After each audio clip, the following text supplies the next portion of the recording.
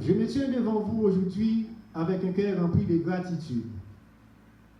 Tout d'abord, je rends grâce à Dieu pour ce moment unique, ce jour d'ordination qui marque un tournant dans la vie de notre cher pasteur. Dieu ne me choisit jamais au hasard, et aujourd'hui nous voyons clairement que son choix est juste, puissant et inspiré. À vous, cher pasteur, je dis merci. Merci pour votre obéissance à l'appel. Merci pour votre cœur de serviteur. Nous savons que ce n'est que le début du ministère béni. Et nous sommes fiers de marcher à vos côtés. Je remercie aussi tous ceux qui ont contribué à rendre ce service si beau. Votre présence, vos prières, votre amour ont fait toute la différence. Que Dieu vous bénisse tous abondamment et qu'il continue d'utiliser notre pasteur pour la gloire. Merci.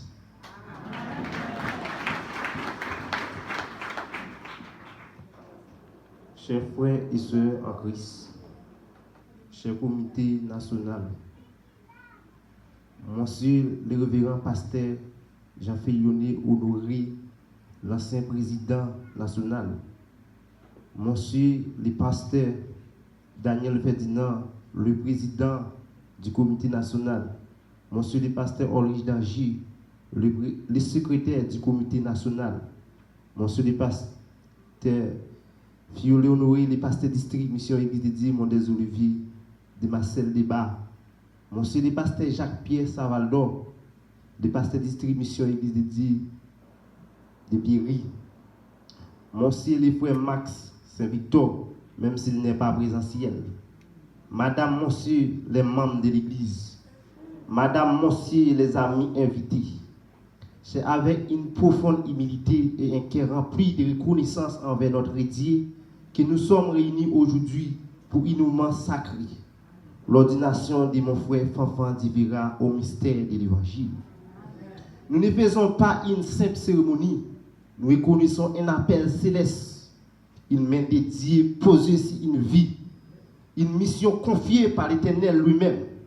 Comme Paul a dit Timothée, néglige pas les dons qui est en toi, qui t'a été donné par la prophétie, avec l'imposition des mains, 1 Timothée 4, verset 14.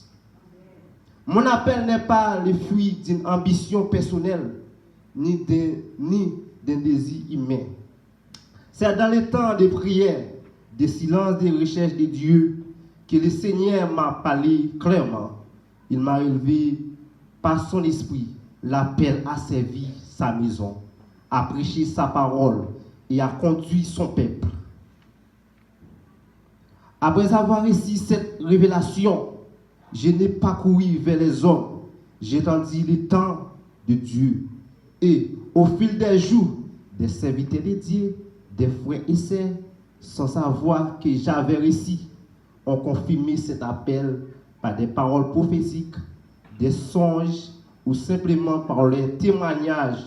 Ces confirmations m'ont renforcé dans la foi jusqu'à ce jour. Aucun homme ne peut s'instituer lui-même ministre de l'Évangile. L'appel vient de Dieu dans les secrets du cœur, souvent au milieu des larmes, des combats, des nuits sans sommeil. Dieu ne cherche pas des personnes parfaites, mais des cœurs obéissants. Il appelle, forme, corrige et envoie. Comme Moïse, Jérémie, Isaïe, etc. Tous ont reçu appel et on a beau douter, mais Dieu les a fortifiés. Moi, mon frère, ma sœur, je ne suis pas ici par hasard. Le Seigneur m'a vu, formé, brisé, restauré, et aujourd'hui, il m'établit publiquement. Souviens-toi de Jérémie, à qui Dieu a dit, avant que j'étais formé dans les ventres de ta mère, je te connaissais, je t'habille pour faire des nations. Jérémie 1er, verset 5. Le ministère est un service, pas une position. Être ordonné, ce n'est pas obtenir un titre, c'est entrer dans un fardeau. Je suis appelé à aimer le peuple de Dieu, à prêcher la vérité avec ce qui plaît, à conduire sans dominer, à servir sans me lasser. Mon autorité viendra de ma fidélité, de mon obéissance et de ma vie cachée en Christ. Mon plus grand message sera ma vie, non mon micro. L'Église n'a pas besoin de célébrités, mais de serviteurs. Je suis ordonné pour conduire les prières de Dieu, pas pour élever mon nom. Je serai confronté à la critique, à l'incompréhension, aux luttes spirituelles, mais si Dieu m'a établi, personne ne pourra renverser. Comme Paul, tu devras dire un jour, j'ai combattu les gros combats, j'ai gardé la foi. Et Timothée 4, verset 7. Aujourd'hui, je me tiens devant vous, non pour être honoré, mais pour obéir. Je sais que l'appel de Dieu vient avec des responsabilités, des épreuves, mais aussi une grâce suffisante. À aimer l'Église, à proclamer la vérité de l'Évangile, sans compromis, sans recevoir cette charge avec crainte de Dieu, zèle, amour et humilité. Sois un berger fidèle, un guerrier de prière, un enseignant solide et un exemple vivant. Ma récompense ne sera pas ici-bas, mais dans la gloire à venir. Lorsque le maître dira un jour, bon et fidèle serviteur, entrez dans la joie du maître. Que l'effet de l'appel brille toujours dans mon cœur. Que l'huile de l'onction ne cherche jamais sur ma tête. Que la grâce m'accompagne jusqu'au bout. Au nom de Jésus-Christ. Amen.